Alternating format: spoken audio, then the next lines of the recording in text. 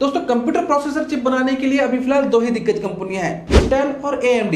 Intel processor की अगर हम बात करते हैं तो dual core i3, i5, i7 या i9 प्रोसेसर हमें देखने को मिल जाते हैं।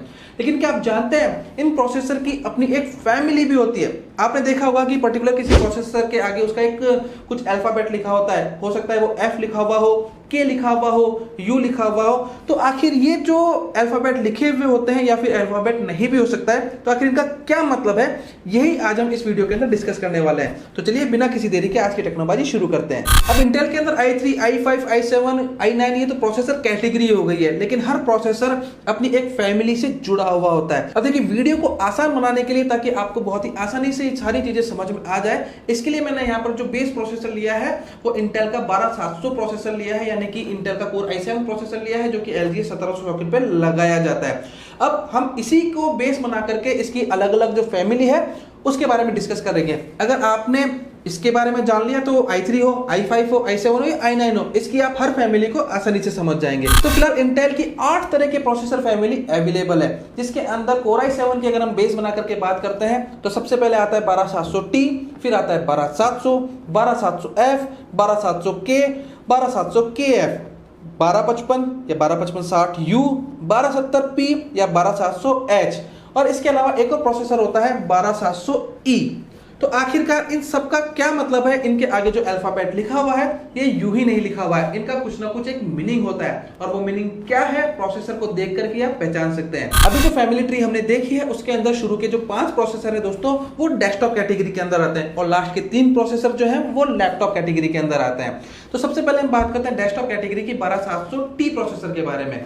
12700T जो प्रोसेसर है दोस्तों कोर i7 का 12th जनरेशन का स्टार्टिंग रेंज का प्रोसेसर है, जिसके अंदर सबसे कम पावर कंजप्शन होता है, मात्र 35 वॉट्स का इसके अंदर पावर कंजप्शन दिया जाता है, और साथ के अंदर इसके अंदर iGPU होता है, मतलब कि इंटीग्रेटेड ग्राफिक्स होते हैं। इसको यूज करने के लिए आपको या फिर ग्राफिक डिस्प्ले लेने के लिए आपको अलग से ग्राफिक कार्ड लगाने की जरूरत नहीं होती है। कोर i7 हो या फिर i3 हो, i5 हो या फिर i9 हो, जिसके आगे T लगा हुआ है, वो मात्र 35 वॉट्स का पावर कंजप्शन करता है। बेसिकली देखा जाए तो ये एक स्टार्टिंग रेंज का प्रोसेसर है, जिसके अंदर आपको एक एवरेज परफॉर्मेंस देखने को मिल जाती है। अगर आप एक बजटेड पीसी या फिर लो एंड का पीसी तैयार करना चाहते हैं तो आप T सीरीज का प्रोसेसर यूज कर सकते हैं। अब इसके बाद नंबर आता है कोर i7 का 12700। इसके आगे कोई भी अल्फाबेट नहीं होता है, ये जनरल पर्पस के काम के लिए प्रोसेसर होते हैं। इनके अंदर भी iGPU होता है, इंटीग्रेटेड ग्राफिक होता है, यानी कि डिस्प्ले लेने के लिए, सिस्टम को ऑन करने के लिए आपको अलग से ग्राफिक कार्ड लेने की जरूरत नहीं है। हाँ, अगर आप कोई हाई लेवल का काम करना चाहते हैं तो आपको ग्राफिक कार्ड लगाना पड़ेगा। साथ के अंदर इसके अंदर जो पावर कंजप्शन होता है वो 65 वॉट्स का होता है, यानी कि बेसिकली अगर आप एक एवरेज सिस्टम तैयार करना चाहते हैं तो आप इन प्रोसेसर के ऊपर जा सकते हैं। इसके बाद नंबर आता है F सीरीज के प्रोसेसर 12700F। अब देखिए जिन प्रोसेसर के आगे F लग जाता है दोस्तों, तो वहीं आपको ये समझ जाना है कि इसके अंदर iGPU नहीं होता है, यानी कि इंटीग्रेटेड ग्राफिक नहीं है। आपको सिस्टम को ऑन करने के लिए, डिस्प्ले लाने के लिए आपको अलग से ग्राफिक कार्ड लगाना पड़ेगा।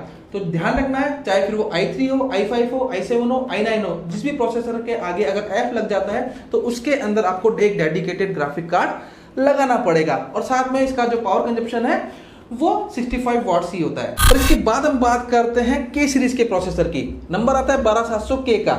अब देखिए जिन प्रोसेसर के आगे K लग जाता है ना दोस्तों, वो अपनी सीरीज के प्रोसेसर में सबसे ज्यादा पावरफुल प्रोसेसर्स होते हैं। इनके अंदर भी इंटीग्रेटेड ग्राफिक कार्ड होता है, यानी कि iGPU होता है। सिस्टम को ऑन करने के लिए अलग से ग्राफिक कार्ड लगाने की जरूरत नहीं है, लेकिन अगर आप नीड है, कुछ ऐसा काम कर रहे हैं, वीडियो एडिटिंग का काम कर रहे हैं, एनिमेशन का काम कर रहे हैं, तो आप ग्राफिक कार्ड डेफिनेटली यूज कर सकते हैं। और सबसे ज्यादा पावर कंजप्शन होता है इनके अंदर, 125 वाट का पावर कंजप्शन दिया जाता है किसी भी K सीरीज के प्रोसेसर के अंदर। तो आप एक अगर हाई एंड पीसी तैयार करना चाहते हैं, बहुत ही प्रो लेवल का पीसी तैयार करना चाहते हैं, तो K सीरीज के प्रोसेसर के तरफ आप डेफिनेटली जा सकते हैं। अब बात करते हैं KF सीरीज की 12700KF। मैंने आपको F सीरीज बताई थी जिसमें इंटीग्रेटेड ग्राफिक नहीं होता है, और K सीरीज बताई थी जिसके अंदर इंटीग्रेटेड ग्राफिक तो होता है, लेकिन सबसे ज्यादा हाई स्पीड होती है, क्लॉक स्पीड इसकी सबसे ज्यादा होती है, और पावर कंजप्शन भी सबसे ज्यादा होता है। अब इनको कंबाइंड करके KF सीरीज बनाई गई है। KF सीरीज के अंदर सिर्फ और सिर्फ एक फर्क होता है K सीरीज के मुकाबले में, वो ये कि इसके अंदर इंटीग्रेटेड ग्राफिक नहीं होता है। जब हमारे पास F सीरीज है, K सीरीज है, तो एक KF सीरीज का क्या लॉजिक बनता है, सवाल उठ रहा होगा आपके मन में। तो इसके पीछे बहुत ही अच्छा लॉजिक है। देखिए जब भी एक हाई एंड पीसी तैयार करते हैं ना दोस्तों, तो उसके अंदर हम ग्राफिक कार्ड जनरली लगाते ही हैं। तो ऐसे प्रोसेसर जिसके अंदर इंटीग्रेटेड ग्राफिक होता है, यानी कि के सीरीज का प्रोसेसर हो या फिर विदाउट अल्फाबेट वाला प्रोसेसर हो, उसकी कॉस्ट एफ सीरीज के मुकाबले में हमेशा ज्यादा होती है। तो ऐसे में कॉस्ट कम करने के लिए की एफ सीरीज निकाली गई है, जहां पर आपको हाई एंड पीसी तैयार तो करना है लेकिन आपको ग्राफिक कार्ड भी लगाना है, ठीक है। तो ऐसे में आप या तो के सीरीज चूज कर सकते हैं, लेकिन के सीरीज जो है वो थोड़ी सी कॉस्टली पड़ती है अगर आप ग्राफिक कार्ड लगाना ही चाहते हैं तो, ठीक है। तो ऐसे में के एफ सीरीज आपके लिए एक एफिशिएंसी सीरीज हो जाती है, जिसका प्रोसेसर आपको थोड़े कम प्राइस में भी मिल जाता है, ग्राफिक कार्ड लगाया और एक हाई एंड पीसी तैयार कर लिया। अभी तक जो 5 प्रोसेसर डिस्कस किए वो थे डेस्कटॉप के प्रोसेसर। अब डिस्कस करते हैं लैपटॉप के प्रोसेसर।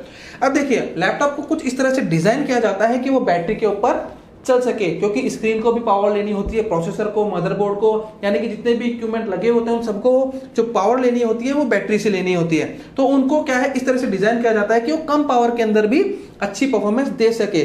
तो जो लैपटॉप के प्रोसेसर डिजाइन किए जाते हैं ना, उनके अंदर कम पावर कंजप्शन होता है। तो इसीलिए यहां पर 3 कैटेगरी दी गई है। एक तो होता है यू सीरीज, एक होता है पी सीरीज और एक होता है एच सीरीज। 1260U एक कोर i7 का 12th जनरेशन का लैपटॉप का प्रोसेसर है, जिसके अंदर आपको इंटीग्रेटेड ग्राफिक देखने को मिलता है। साथ में बहुत ही लो पावर कंजप्शन है, मात्र 15 वाट के पावर के ऊपर ये आसानी से वर्क करता है। ये जनरली नॉर्मल जो लैपटॉप्स होते हैं उनके लिए डिजाइन किया गया है। जनरल लो एंड या फिर लो कैटेगरी के जो लैपटॉप्स हैं, स्टार्टिंग रेंज वाले जो आप लैपटॉप्स आप मान सकते हैं, उनके अंदर यू सीरीज का प्रोसेसर लगाया जाता है। इसके बाद लैपटॉप के प्रोसेसर के अंदर आता है पी सीरीज। पी सीरीज को आप एज ए पावर भी कह सकते हैं या फिर एज ए परफॉर्मेंस भी कह सकते हैं, क्योंकि यू सीरीज के मुकाबले में इसके अंदर पावर कंजप्शन थोड़ा सा ज्यादा होता है। 28 वॉट्स का इसके अंदर पावर कंजप्शन होता है। अब ये i3 हो, i5 हो, i7 हो या i9 हो, लैपटॉप के अंदर जहां पर पी लग गया है वहां पर 28 वाट का टोटल पावर कंजप्शन देखने को मिलेगा। और इंटीग्रेटेड ग्राफिक इसके अंदर होता है। और इस तरह के प्रोसेसर का इस्तेमाल जनरली पतले लैपटॉप के लिए किया जाता है, लाइट वेट यानी कि थिन लैपटॉप के लिए इस प्रोसेसर का यूज किया जाता है। यू सीरीज और पी सीरीज के बाद नंबर आता है एच सीरीज का। एच को आप एक हाई परफॉर्मेंस सीरीज भी कह सकते हैं, क्योंकि इस तरह के प्रोसेसर का इस्तेमाल जनरली गेमिंग लैपटॉप्स के अंदर किया जाता है, क्योंकि यू सीरीज और पी सीरीज के मुकाबले में इसमें सबसे ज्यादा पावर कंज्यूम की जाती है। तकरीबन 45 वॉट्स की पावर ये कंज्यूम करता है। सबसे ज्यादा क्लॉक स्पीड इन्हीं प्रोसेसर के अंदर होती है। मैं लैपटॉप की बात कर रहा हूं, ठीक है। तो इस तरह के प्रोसेसर का यूज जो है वो जनरली गेमिंग लैपटॉप्स के अंदर किया जाता है, जिसके अंदर इंटीग्रेटेड ग्राफिक्स अवेलेबल होता है। अब देखिए, यू सीरीज हो, पी सीरीज हो या फिर एच सीरीज हो, इन तीनों सीरीज के अंदर लैपटॉप वाले जो प्रोसेसर है इनके अंदर इंटीग्रेटेड ग्राफिक होता है। इसके अंदर आपको लैपटॉप के अंदर हो सकता है कि एनवीडिया या एएमडी का ग्राफिक कार्ड भी देखने को मिल जाए, और हो सकता है ऑनबोर्ड एजीपीयू भी देखने को मिले, ठीक है। तो ये पर्टिकुलर मॉडल पे डिपेंड करता है। तो दोस्तों, जब भी आप कोई प्रोसेसर देखेंगे तो प्रोसेसर नंबर या फिर उसका जो अल्फाबेट है उसको देख करके आप ये पहचान सकते हैं कि ये किस कैटेगरी का प्रोसेसर है। दोस्तों, उम्मीद करता हूं कि वीडियो जरूर यूजफुल लगी होगी। यूजफुल लगे तो लाइक कीजिए, चैनल पर नए हैं तो सब्सक्राइब कीजिएगा, पुराने हैं तो बने रहिएगा। फिर मुलाकात होगी अगले वीडियो में किसी टेक्निकल टॉपिक के साथ। तब तक इजाजत दीजिएगा। गुड बाय, जय हिंद।